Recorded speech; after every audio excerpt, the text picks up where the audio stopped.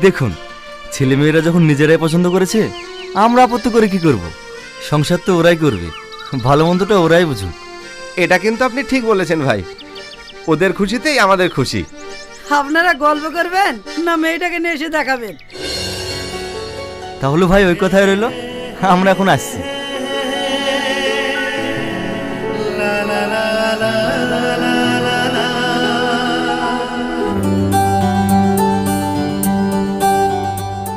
আর লুকোচুরি করে আর আমাদেরকে দেখা করতে হবে না।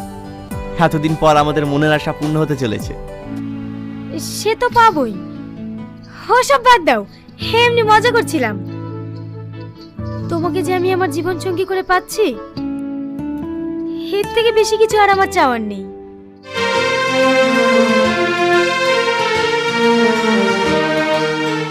বাড়িতে এত কাজ রেখে এই সময় কেউ ঘুরতে যায়?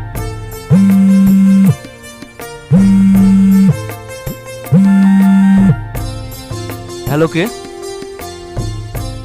কি অ্যাক্সিডেন্ট?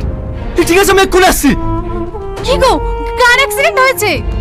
টনি আসলাম অ্যাক্সিডেন্ট করেছে, তাড়াতাড়ি চলো। আমি ঠিক আছি, আমার কিছু হয়নি। সালমার পেটে লেগেছে, ওর খুব যন্ত্রণা করছে। বোন, সালমা এখন কেমন আছে? আগে খুব যন্ত্রণা করছিল, এই এখন একটু কমেছে। এখানে সালমার গার্জিয়ান কে আছে? হ্যাঁ আমি, বলুন। আপনি চেম্বারে আসুন, আপনার সঙ্গে পার্সোনাল কিছু কথা আছে। এমন কি কথা? আপনি এখানেই বলতে পারেন, আমাদের কোনো অসুবিধা নেই। আপনার মেয়ে অ্যাক্সিডেন্টে তেমন কিছু ক্ষতি হয়নি, কিন্তু ইউএসজি করে রিপোর্টে যা দেখলাম, আপনার মেয়ে কোনোদিনও মা হতে পারবে না। এটা কি বলছেন আপনি? ডাক্তারবাবু, এটা কি অ্যাক্সিডেন্টের কারণে হয়েছে? না, এই সমস্যাটা আপনার মেয়ের অ্যাক্সিডেন্টের আগে থেকেই হয়ে আছে। ভাই, ডাক্তার কি বলছে? আপনার মেয়ের বাচ্চা হবে না? তাহলে আপনার মেয়ের সঙ্গে আমার ছেলের বিয়ে দেবো না। দেখেন ভাই, হঠাৎ করে এরকম কথা বলবেন না, রিপোর্টে তো ভুলভাল হতে পারে। না না, আমাদের এখানে রিপোর্ট ভুল হওয়ার কোনো সম্ভাবনাই নেই, কারণ আমাদের এখানে মেশিনপত্র সবকিছু উন্নত মানের। জানো মা, আমার ভাগ্যটাই খারাপ। টনিকে মনে হয় আমি আর কোনোদিনও পাবো না। আমি ভাবতেও পারিনি আমার এত প্রবলেম হওয়ার পরেও তুমি আমার সাথে দেখা করতে এসছো। তুমি এসব কি বলছো? আমি তোমাকে ভালোবাসি, তোমাকে ছাড়া আমার কিছুই চাই না। আমি জানি তুমি আমাকে অনেক ভালোবাসো, কিন্তু তোমার বাবা মা আমাকে কোনোদিনই মেনে নেবে না। আজকে আমি তোমাকে বিয়ে করব। বিয়ে তো করব, কিন্তু তোমার আব্বা? কোনো কিন্তু না, আবার ঠিক মেনে নেবে। চলো, আর দেরি করো না।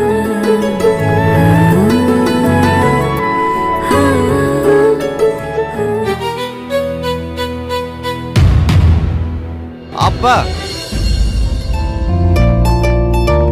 বাবু, বৌমাকে নিয়ে চলে এসছি। হি দিদি, আমার বৌমা কাছে কত সুন্দর লাগছে। ওরে আমার মধু। মুয়া।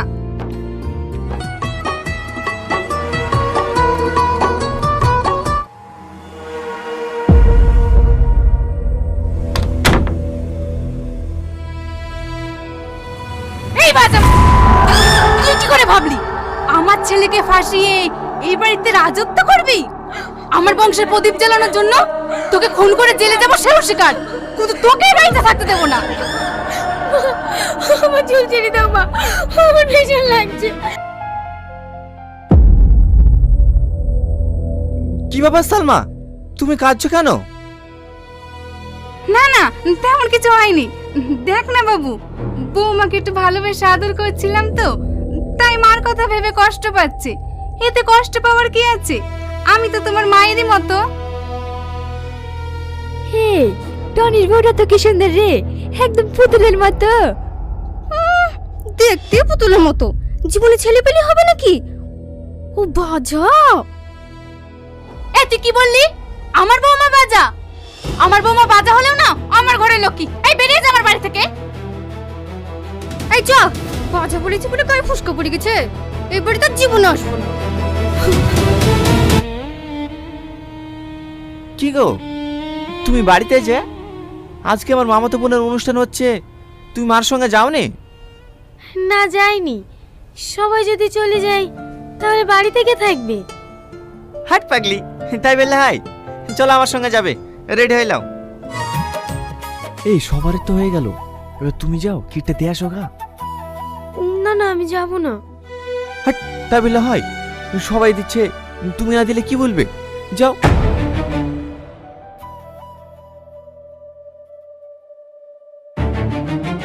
ভাবি ওই যে দেখ।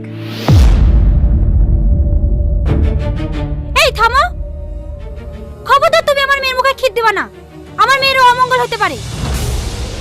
মামি, সালমা তুমি একই বলছো? সালমা খেতে দিলে এমন কি অমঙ্গল হবে? অমঙ্গল হবে না? তুমি বাজা মেয়েকে বিয়ে করেছো, ওর হাতে খেয়ে আমার মেয়েকে খেতে দেবো না। আচ্ছা, যে বাড়িতে আমার বোর সম্মান নাই সে বাড়িতে আমিও থাকবো না। এই সালমা চলো, এরা সব কুসংস্কার বিশ্বাস করে। এই বাজা, তোকে আমার ভাইয়ের বাড়ি যেতে মানা করিনি, তারপর কেন গেছিলি? বল বল কেন গেছিলি? আমাকে মানেন না মা, আমাকে ছেড়ে দিন, বিশ্বাস করেন মা, আমি যেতে চাইনি, আপনার ছেলে আমাকে জোর করে নিয়ে গিয়েছে, আমাকে ছেড়ে দিন মা, আমাকে মানেন না। আমার ছেলে জোর করে নিয়ে গেছে? মিথ্যাবাদী, তোর জন্য আমি কোনো জায়গায় মুখ পাইনি, বেরো আমার বাড়ি থেকে। মাম্পি, তোমাকে এইভাবে বের করে দিয়েছে কেন? তোমাকে বলিনি ওর উপরে এমন অত্যাচার করবা ও তোরা নিজে থেকে বাড়ি থেকে বেরিয়ে যেতে বাধ্য হয়।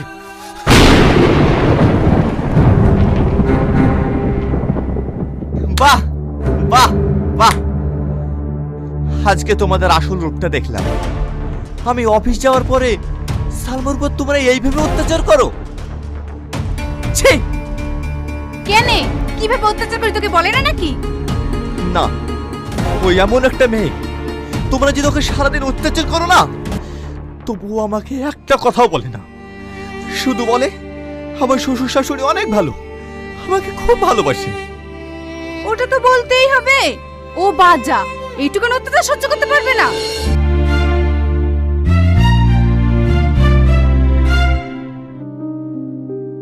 আচ্ছা, হাবুমা তোমার উপর এইভাবে অত্যাচার করে, তুমি আমাকে একবারও বলার প্রয়োজন মনে করোনি? কি বলবো বলো, ওদের কোনো দোষ নেই, সব শ্বশুর শাশুড়িই চাই যে তাদের একটা লাতি নাতনি হোক, আর সেটা যদি না হয় তাহলে তো এইটুকু অত্যাচার সহ্য করতেই হবে বলো। তাই বলে এইভাবে অত্যাচার করবে? না না, আজকের পর থেকে আমি তোমার উপর কোনো অত্যাচার হতে দেবো না। তোমাকে একটা কথা বলবো? হ্যাঁ বলো। তুমি একটা বিয়ে করো। তুমি পাগল হয়ে গেছো নাকি? এইসব তুমি কি বলছো? আমি ঠিকই বলছি, ওর যদি একটা বাচ্চা হয় তাহলে তোমার আব্বা মার আশা অপূর্ণ হবে। স্যার, রিপোর্ট দেখে কি বুঝলেন? আপনার স্ত্রীর বাচ্চা হবে। আপনি সত্যি বলছেন স্যার? আমার স্ত্রীর বাচ্চা হবে? হ্যাঁ, কিন্তু ছোট্ট একটা অপারেশন করতে হবে। অপারেশন করতে হবে? কোনো সমস্যা নেই, আজকে অপারেশন করে আজকেই বাড়ি নিয়ে যেতে পারেন। ঠিক আছে ডাক্তার বাবু, আপনি অপারেশন করে ব্যবস্থা করুন।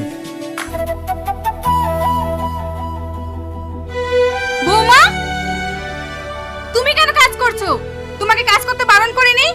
আমার নাতির যদি কিছু হয় না তাহলে কিন্তু তোমার কপালে কষ্ট আছে, যাও ঘরে গিয়ে রেস্ট নাও গা। বৌমা, এটা তুমি কি খাচ্ছো? এতে তো আমার নাতির ক্ষতি হবে। এটা আমাকে দাও, তুমি ফল খাও।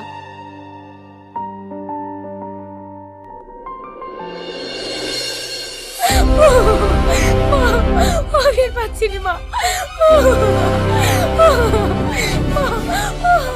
হ্যালো বাবু, তুই কোথায় আছিস? তাড়াতাড়ি বাড়িতে আয়, বৌমাকে হসপিটালে নিয়ে যেতে হবে। শান্ত হও মা। বৌমা, কিচ্ছু হবে না তোমার, এক্ষুনি বাবু চলে আসবে। এই নিন আপনাদের বাচ্চা। ওরে বাবারে, কিভাবে তাকিয়ে আছে দেখো, নাকটা পুরো তোমার মতো হয়েছে। তাই তো গো। স্যার, আমার সালমা কেমন আছে স্যার? কি হলো স্যার, কথা বলছেন না যে?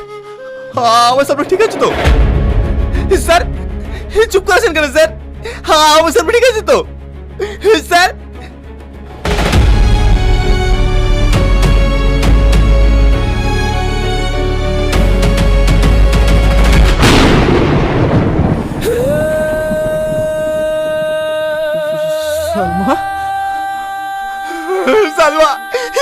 হয়েছে তোমার? জবাব দিন স্যার, জবাব দিন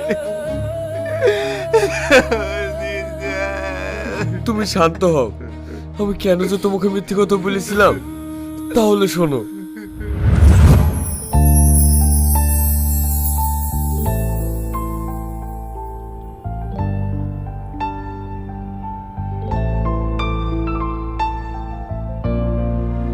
হ্যাঁ পারবে, কিন্তু এতে তো তোমার জীবনের প্রচুর রিস্ক, তাই তোমার বাচ্চাটা না নেওয়াই ভালো।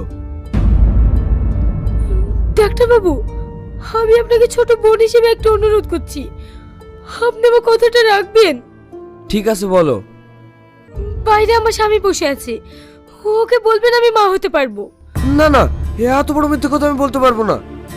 ডাক্তার বাবু, আমি আপনাকে বড় দাদা মেনে বলছি, আপনি আমার এইটুকু উপকার করুন। ঠিক আছে আমি দেখছি, তুমি যাও। আপনি এত বড় কথাকে কেন গোপন করে রেখেছিলেন স্যার? আমাকে চলে গেল স্যার।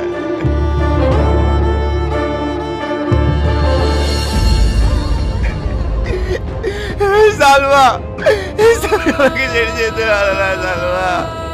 আমাকে কেন ছেড়ে চলে গেল? ছেড়ে গেল, আমি তোমাকে ভুলে দিলাম না। তুমি শান্ত হও। এই নাও, এটা তোমার স্ত্রী তোমাকে দিতে বলেছিল। টনি, আমি জানি তুমি খুব কষ্ট পাবে, কিন্তু কি করবো বলো? আমি মরতে চাইনি, তোমার সঙ্গে সারা জীবন বাঁচতে চেয়েছিলাম, সেটা আর আমার হলো না। আমি চাই আমার শ্বশুর শাশুড়ি আর স্বামী সবার আশা পূর্ণ করতে, সবার মুখে হাসি ফোটাতে। তাই আজ আমি নিজের জীবন বিপন্ন করে তোমাদের সবার সুখের জন্য আমি আমার বাচ্চাকে তোমাদের কাছে শেষ উপহার হিসেবে দিয়ে গেলাম।